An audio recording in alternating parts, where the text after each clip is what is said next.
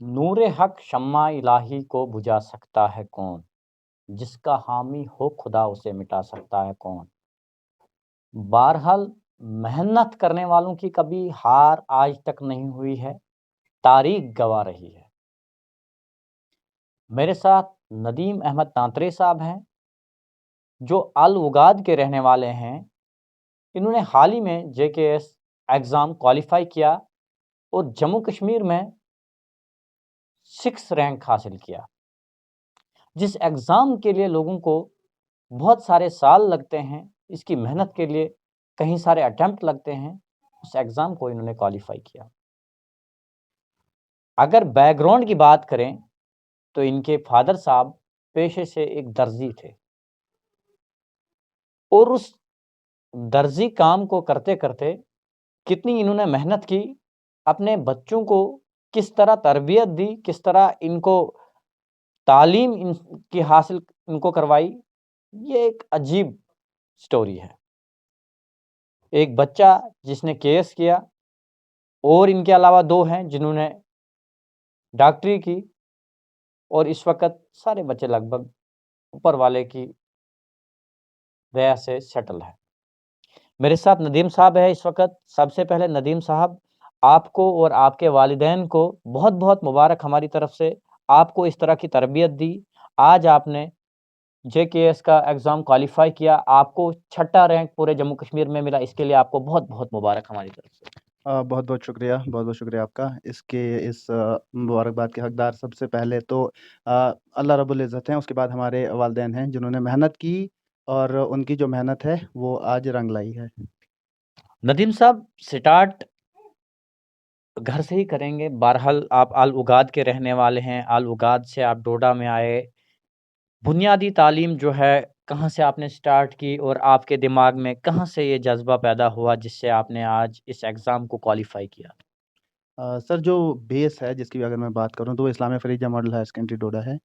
वहीं से मैंने अपनी पूरी इब्तदाई तालीम हासिल की, चाहे हम एलकेजी से बात करें तो 10वीं तक मैंने वहीं पे अपनी जो है इब्तदाई तालीम हासिल की है। जो बेस, जो फ़ाउंडेशन थी वो उसी स्कूल ने रखी है और इस मुबारकबाद के हकदार वो स्कूल है, उसकी इंतज़ामिया है और उसके सभी असातिज़ा हैं। मैं उनका भी बहुत मशकूर हूँ कि जो इसकी फ़ाउंडेशन थी वो वहीं से रखी गई है। अगर बात हम करें, जिस तरह मैंने आपके फ़ादर साहब के पेशे की बात की, वो पेशे से एक दर्जी थे और दर्जी काम में जो है बहुत कम पैसा होता है, उतना बहुत ज़्यादा तो नहीं होता है। तो जब आपकी स्टार्टिंग हुई एजुकेशन की, तो क्या आपने उस टाइम पर ये सोचा था कि शायद मैं जो है एक दिन केएस कर पाऊँगा? क्योंकि बहुत सारे क्राइसिस भी देखने पड़ते हैं वक़्त-वक़्त के साथ। उस वक़्त मतलब ऐसा तो नहीं सोचा था क्योंकि मतलब यहाँ पर एक्सपोज़र का जो थोड़ा-सा इश्यू रहता है हमारी चिनाब बेल्ट में ख़ास करके, ऐसा तो नहीं सोचा था कि हम केएस करेंगे और वो भी 6 रैंक के साथ करेंगे। ये तो बहुत-बहुत शुक्र है अल्लाह ताला का कि उन्होंने हमें यहाँ तक पहुँचाया। इसमें मेरे वालिदैन की भी मेहनत शामिल है और उस एग्ज़ाम को क्रैक करने के लिए ऑब्वियसली जो है मतलब एक कैंडिडेट को भी बहुत मेहनत करनी पड़ती है। लेकिन कहीं न कहीं जो तकदीर भी होती है, वो भी अपना खेल इसमें खेलती है। इससे पहले भी आप जो है नौकरी करते थे, पुलिस में आप एज़ ए सब इंस्पेक्टर शायद थे। तो क्यों आखिर आपने उस अच्छी खासी नौकरी आपके पास थी, आपने उसको छोड़कर जो है केस करना मुनासिब समझा? जी अभी तो मैं प्रोबेशनरी सब इंस्पेक्टर हूँ जम्मू एंड कश्मीर पुलिस में। उससे पहले भी मैंने 2 जॉब्स की हैं। मैंने एक स्टॉक असिस्टेंट की है डिपार्टमेंट ऑफ चीफ हस्बेंड्री में। उसके जी। बाद मैंने अकाउंट्स असिस्टेंट पंचायत में रहा हूँ, रूरल डेवलपमेंट में। तो उसके बाद ये जो थी ये तीसरी जॉब थी प्रोबेशनरी सब इंस्पेक्टर। लेकिन वो जो ज़ील थी कि स्ट्राइव फॉर समथिंग बेटर, वो कभी ख़त्म नहीं हुई थी। मैं कंटिन्यूअसली इसका एग्ज़ाम जो है दे रहा था। इसमें 3rd अटेम्प्ट था मेरा मेंस का। जी। पिछली 2 बार जो है मेरा मेंस क्वालीफाई नहीं हो पाया था किन्हीं वजूहात की वजह से। तो अभी इस बार मैंने थोड़ा जो अपनी गलतियों से पिछली बार की गलतियों से सीखा और अल्हम्दुलिल्लाह इस बार जो है ये क्वालीफाई हो गया। जिस तरह आपने कहा कि इंसान की एक नीड होती है और मैं पहले सब इंस्पेक्टर था, उससे पहले शिप एनिमल हस्बेंड्री में था, अब जो है जेकेएस का एग्ज़ाम आपने क्वालिफ़ाई किया। क्या यहाँ पर भी अभी आपकी ये जो है नज़र आगे ही बढ़ रही है और कुछ सोच रहे हैं आप कि और कुछ करेंगे लाइफ़ में और आईएएस या कुछ और? ऐसे अभी तक तो इस बारे में मैंने मतलब इस बारे में मैं अभी सोचा नहीं है लेकिन इंशाअल्लाह जो ज़ील होती है टू डू समथिंग बेटर वो तो हमेशा एक इंसान में रहनी चाहिए और वो जो है प्रेज़ेंट है तो देखते हैं। कि अच्छ आगे फ्यूचर में क्या है? अच्छा, कभी-कभार जब हम कुछ काम करते हैं, तो उस काम के पीछे किसी न किसी का हाथ ज़रूर होता है और किसी न किसी को देखकर जो है हम उस काम को करने की चाहत अपने दिल में पैदा करते हैं। तो हर एक के दिल में ऐसा होता है। तो क्या आपने भी कभी किसी को देखा कि उसने केएस किया, उससे आप मतलब सैटिस्फाई हुए, उसको आप मतलब फ़ॉलो करते हुए आपने भी किया? सबसे पहले जो मेरी इंस्पिरेशन है वो आपके बाईं तरफ बैठे हुए हैं और मेरे दाईं तरफ बैठे हुए हैं। मेरे वालिदैन मेरे लिए सबसे बड़ी इंस्पिरेशन है, क्योंकि जैसे आपने पहले भी ज़िक्र किया कि दर्जी का काम जो है, और वो भी एक मतलब एक ऐसा नहीं है कि कोई इंडस्ट्रियल लेवल पे कर रहे थे, एक छोटी-मोटी दुकान में दर्जी का काम कर रहे थे। उसके बाद भी अपने सभी बच्चों को डोडा जैसी जगह में, मतलब अपने जो गाँव से वहाँ से माइग्रेशन की, उसके बाद यहाँ पे स्ट्रगल किया, बहुत ज़्यादा स्ट्रगल किया इन्होंने। उसके बाद भी अपने बच्चों को कुछ करने का जो जज़्बा था, वो मेरे वालिदैन के अंदर था, और उसी का नतीजा है कि हम आज यहाँ पर हैं। अच्छा, अगर बात करें हम अपने इलाके की, जैसे आपने कहा कि हम माइग्रेशन करके यहाँ पर आए हुए हैं।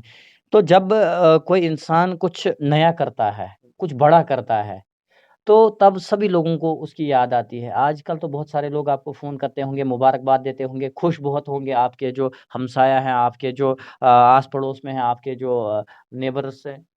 जी बिल्कुल, देखिए, जितने भी हमारे पड़ोस के हैं, चाहे दोस्त अहबाब हैं, रिश्तेदार हैं, उन सबके तो फ़ोन बहुत ज़्यादा आए, और मैं माज़रत ख़्वाह हूँ उनसे कि मैं सबके मैसेजेस का और जो कॉल्स था, उनका जवाब नहीं दे पाया था। उनसे मैंने माज़रत की, मैसेज करके भी मैंने माज़रत की कि मैं सबका जवाब नहीं दे पाया। जो ज़ाहिर-सी बात है, जो है दोस्त अहबाब तो खुश होते ही हैं और रिश्तेदार तो खुश होते ही हैं, और मैं बहुत मशकूर हूँ उन सबका कि उन्होंने हमें इस वक़्त पे जो है हमारे मुबारकबाद दी। कभी लाइफ़ में ऐसा मोड़ आया आपको कि लगा नहीं कुछ डिफ़िकल्ट हो रहा है, मुश्किलात मुझे हो रही है, ऐसा हुआ कभी? अ, अल्लाह रब्बुल इज़्ज़त का शुक्र है कि अभी तक जो है, चाहे एकेडमिक सेंस में कहें, कभी ऐसा महसूस नहीं हुआ। ख़ास करके एकेडमिक सेंस में अगर मैं बात करूँ, ऐसा महसूस नहीं हुआ, क्योंकि ग्रेजुएशन गवर्नमेंट डिग्री कॉलेज डोडा से की, उसके बाद जो है मास्टर्स की जम्मू यूनिवर्सिटी से। तो उसके बाद जो है मेरी मास्टर्स ख़त्म होने ही वाली थी कि जो है पहली जो जॉब मेरी थी, वो उसमें मेरा ऑर्डर जो है हो गया था चीफ हसबेंड्री में। तो उसके बाद जो है मैंने तीसरा, जैसे कि मैंने कहा कि तीसरा अटेम्प्ट था ये मेरा, पहले 2 बार मेंस क्वालीफाई नहीं हो पाया था। तो उस बार काफ़ी इंसान को ऐसा धक्का लगता है कि शायद मतलब मैं कहीं पे छूट रहा हूँ। कभी-कभी आदमी को सेल्फ डाउट भी होता है कि क्या मैं ये कर भी सकता हूँ या नहीं?